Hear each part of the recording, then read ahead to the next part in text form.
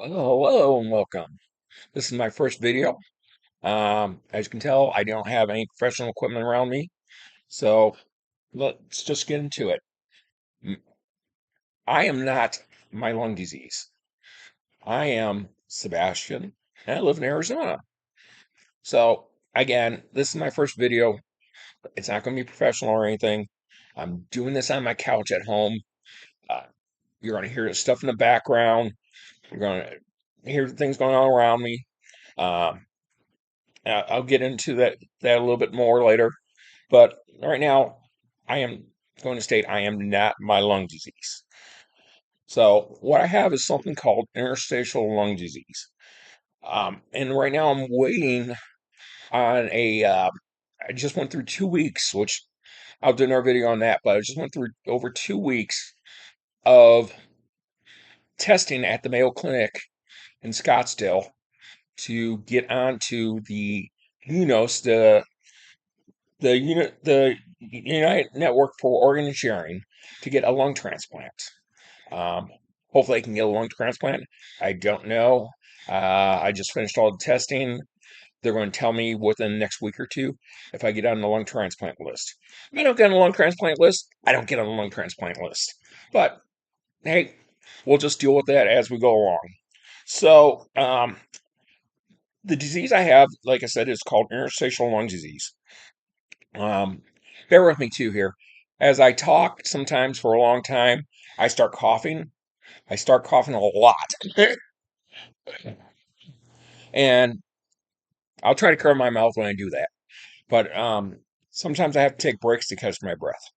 So please stick around and look for the good stuff. So, again, as I said, I have interstitial lung disease. It's a form of lung disease. There are many forms of interstitial lung disease. The type I have is called pulmonary fibrosis. So basically, my lungs are getting scars inside of them, and it's making it harder for me to breathe. So, again, I apologize about the quality of the video real quick because I don't have professional equipment. So, but again, let's get into what ILD is. So, like I said, I have interstitial lung disease, and it's the scarring in my lungs, and I got pulmonary fibrosis. Now, without doing a deep dive, because you guys want to know what interstitial lung disease is, because it's a rare disease, especially pulmonary fibrosis. It's a rare disease. I'm not going to say there's a bunch of people out there. I can't remember. I should have looked up the stats to see how many people have interstitial lung disease, but I forgot to do that. So I could probably yell at my son over there and have him look it up, but he decided to walk away. Uh, he's my editor. Uh, can you look up how many people have interstitial lung disease? So, so interstitial lung disease is a rare disease. So basically, what it is there's scarring happening in my lungs, and I'll go through without going to a deep dive of how the lungs totally work and everything. I'll just go through a deep dive or a shallow dive into this. So basically, as you know, we start when we breathe. We breathe through our nose and our mouth, and it goes down what's called the trachea. The trachea, for the top part, shares the same airway as the same tube, basically, as the esophagus. The esophagus is where your food goes, but the trachea is what handles the air that goes into your lungs. So it goes down, so the air goes down in your lungs, goes into the trachea, through your lungs to your lungs, and when it gets to the top of your lungs, it splits into two parts: the left and right lungs. And in these left and right lungs, there are these tubes called bronchial tubes. The bronchial tubes start off as big and get smaller. Now, there are some diseases like asthma and also COPD and other diseases that affect the bronchial tubes. And that's where they get inflamed or get shrunk. With asthma, they shrink up and get tight and things like that. I'm not a doctor, so I can't really go into totally on the other diseases, but that's where their problem begins, is in the bronchial tubes. Um, COPD is chronic obstructive pulmonary disease. and it's mostly caused by smoking. I never smoked really, so I've been around smoke, but it's not secondary smoke that does it. So, did you look up how many people have ALD? So,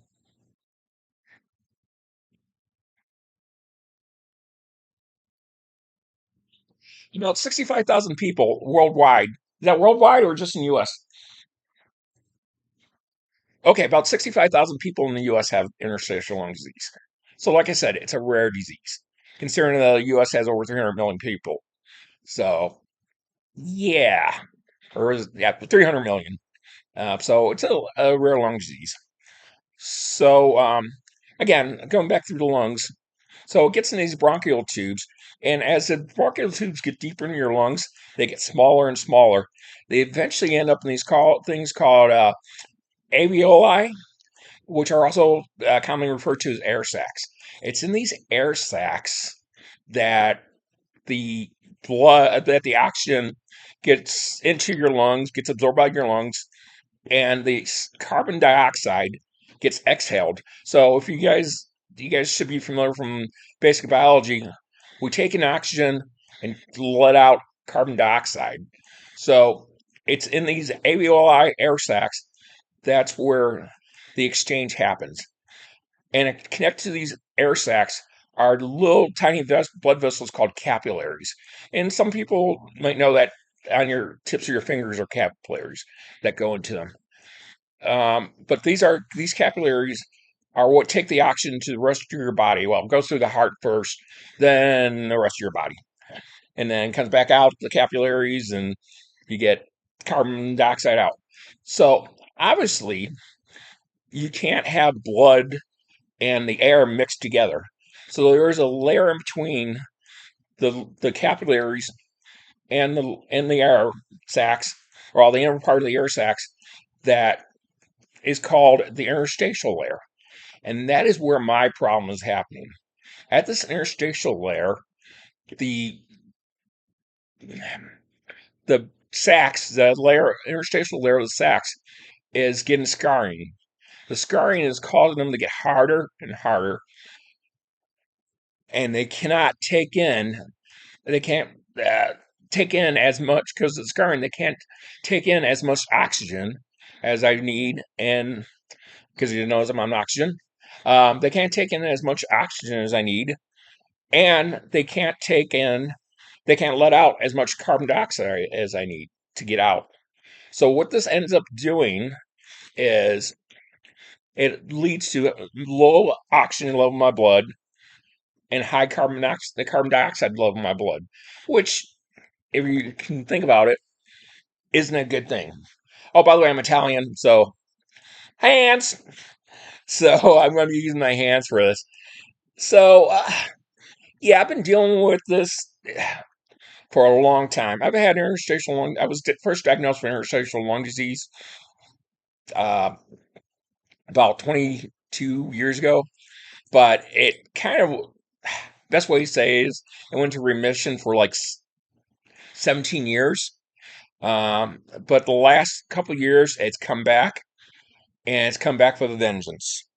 I've been doing a lot of coughing, uh, a lot of things. Went through a lot of testing, and now we're at this diagnosis of interstitial lung disease and pulmonary fibrosis.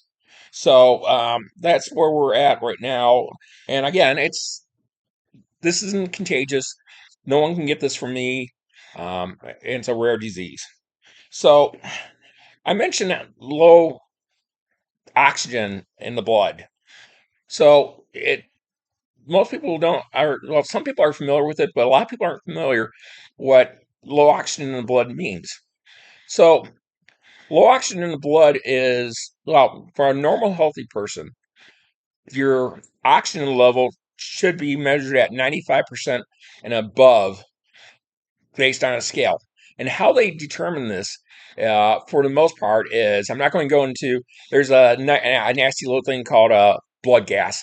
I'll get into that probably in another video. Um, but there's this thing that they put on your finger that's called a pulsometer, oximeter. Now, if you've been to the doctor's office, you've been in the hospital, They put this thing on your finger that has two lights on it, or sometimes it's one light, and the other side's a receiver, and that is called pulsometer. Actually, I got one right here, and I'll show you how it's used. Thank you, my assistant. So we'll put it on here, and they say to leave it on. Don't take the first reading, but leave it on for a minute or so. Sometimes it comes up, sometimes it doesn't. Um, so right now because I'm talking. My it's showing it's going to be backwards on this, but my heart rate's 92, and the number below is 95, which that's a normal, quote, normal SpO2 level. And SpO2 stands for basically, let me see, I have in my notes what SpO2 stands for.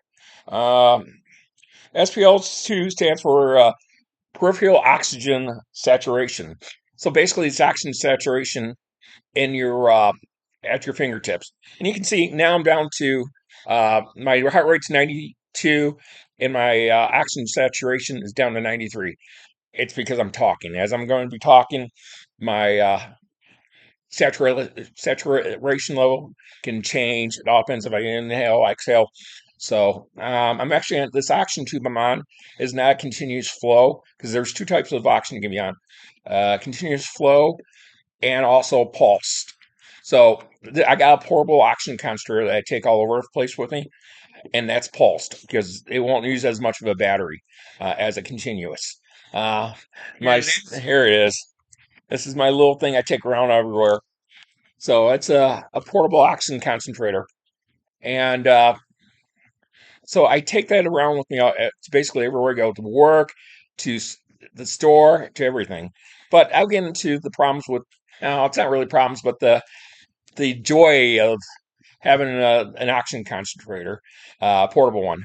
But their type is continuous. Now, I sleep with a continuous one because the thing with the pulse ox, I mean, not the pulse ox, the thing with the portable one is to save battery and save the oxygen that it produces. It only spits out oxygen when I breathe in through my nose. If I don't breathe in through my nose, which happens a lot when I'm doing exercise, uh, I don't get oxygen. And so when you're sleeping at night, obviously you want to have a good flow of oxygen and get a good flow of sleep, get a good sleep. So I have upstairs, I have something called a continuous oxygen generator. So it's a continuous flow, and it flows. It go at night. It goes through me through all the time.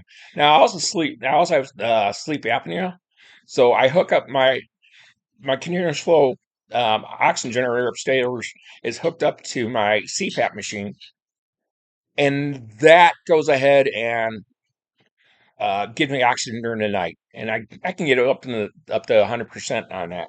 But let's get back to oxygen levels. Like I said, I'm going to deviate sometimes, but let's get back to the oxygen levels. So, like I said before, an oxygen level for a normal, healthy person is 90, measure at 95% and above. Anything below 95% is considered hypoxic, or otherwise low oxygen. So, like I said, for a normal person, it's 95%. Great. My son wants to get in the picture here. Sorry. Uh, so, like I said, it's 95% above is normal. When I'm sitting without oxygen on me, I get, if I'm just sitting here doing nothing, not talking or anything, I get in the low, and I don't have oxygen on, I can get in the low 90s, high 80s. Sometimes, depending on if I cough, I can get in the mid 80s. Even without oxygen on, when I'm coughing, I can get in the mid 80s. So anything below 90, if I was at a hospital and went into the ER with this, not knowing what my disease was, I would be admitted because they would panic. They would freak at an oxygen level of 90% or below. But because I know what my disease is, I can explain it to them, because a lot of people, again, it's a rare disease. A lot of doctors don't know about it. And I have to explain to them that 90 is not really that bad. It's bad, but it's not really that bad. Gotta take a drink here. So, so 90% and below is really bad. And if I get up, even though right now if I wasn't talking, I'd be in the high 90s.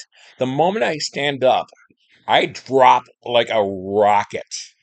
I drop into the low 90s, possibly in the high 80s. This is with my oxygen on.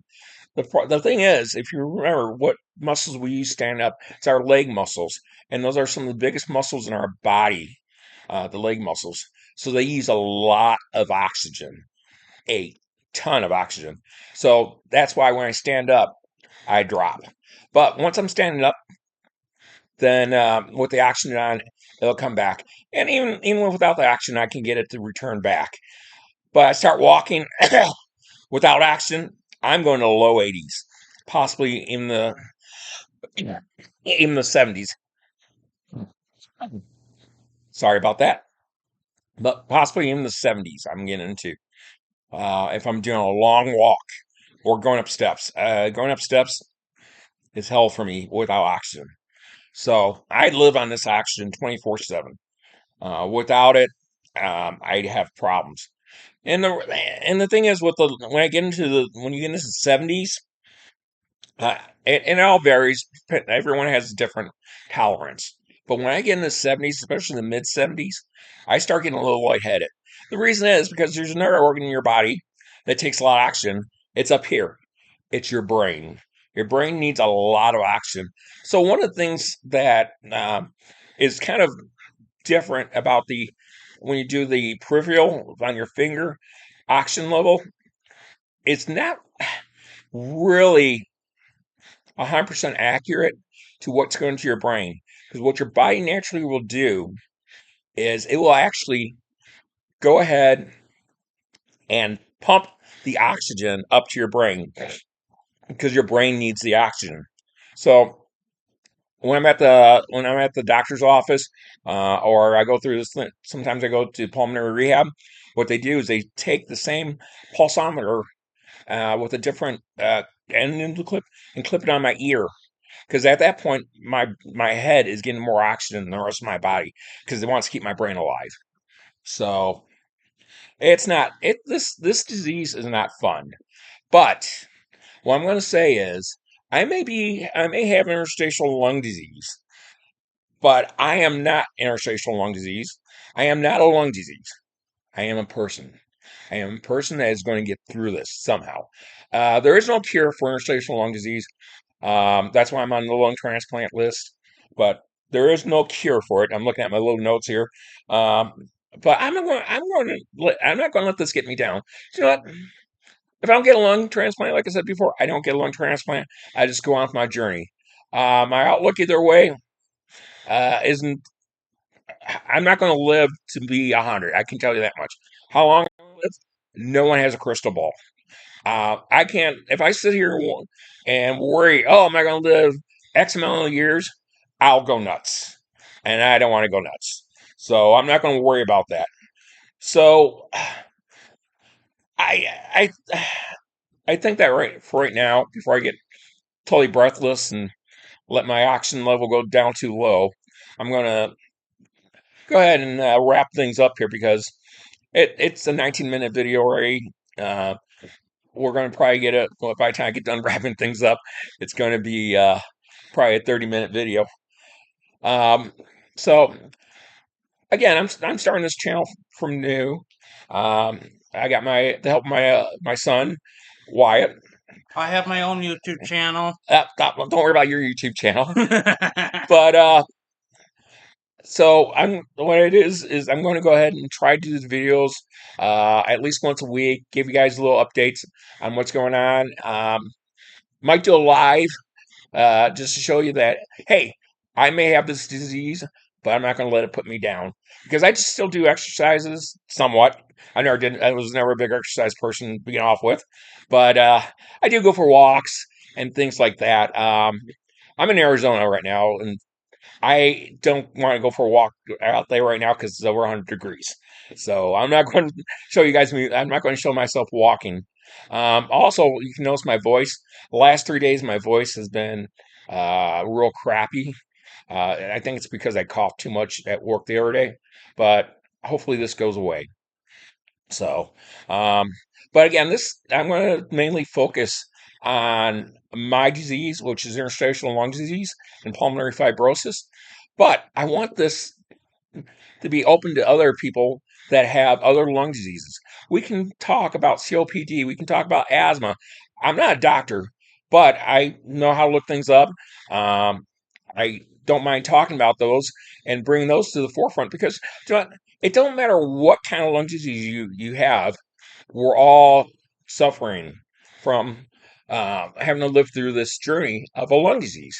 So I want to make this open to everyone, and just anyone that has a lung disease, maybe diseases in general. We'll just have an open chat, or I can't, maybe not live, but we can do an open chat.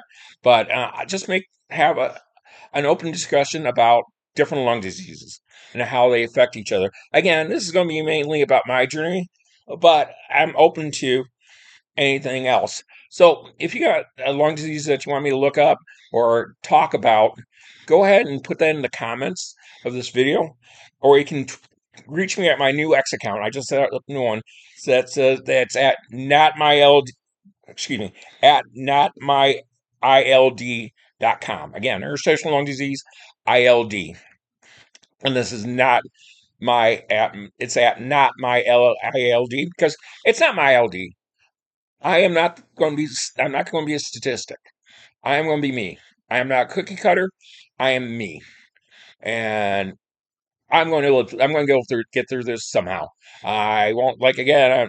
I don't expect to live forever, but whatever my journey is, it's going to be my journey, and that's the way it's going to be.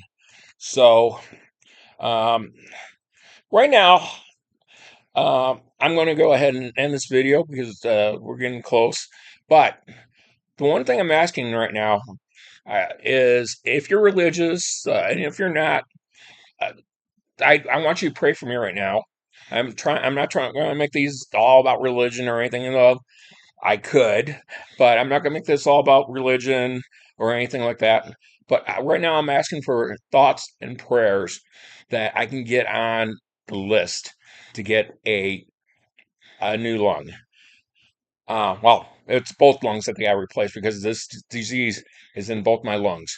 But I that's what I'm asking for right now is prayer to get on the lung transplant list. Again, once I get on the lung transplant list, this journey is not over because there's a lot of other things that come with a lung transplant. Getting a lung transplant in itself is almost like a lung disease too, because you got stuff you got to do for that. So my journey, even if I get a lung transplant, my journey is not over. My journey is just on its way. Wherever it takes me, that's where I'm going to go. So, again, I'm just asking for thoughts and prayers right now. Um, so, the topics I'm going to cover probably in future videos. First off, how I got what happened to me, why we think what caused this in the first place. I already talked about my oxygen concentrator and having to lug that thing around. Everything we're going to talk about probably is my fine 2 weeks of testing. I have never been poked or prodded and so much as I have in the last month. Uh, it is amazing what the Mayo Clinic does. I think this is what they do, the testing they do for everyone that goes through a lung transplant. Uh, Plus, just going to any transplant in general, I think they go through all this testing too. So, um, so again, my big ask right now is that everyone pray for me or have good thoughts that get on the lung transplant list. Because if I get on a lung transplant list, the odds are that I got a better chance of living longer than I do with interstitial lung disease. Either way, I hope to live long enough to be around to make quite a few of these videos. I'm not falling off the edge right now, which is a good thing. As long as I have my oxygen, I'm good. It'd be nice to get off the oxygen, but if I don't get off the oxygen, I don't get off the oxygen. It's just the way life is. So I'm not going to let it get me down. I'm not going to get upset about this. Yes, it's frightening. If I wasn't afraid of any of this stuff, I'd be crazy. But I'm not going to let that rule my life. I am not my lung disease. I am not LLD. I am Sebastian. And I'm going to sign off for now. And I'll see you guys in my next video.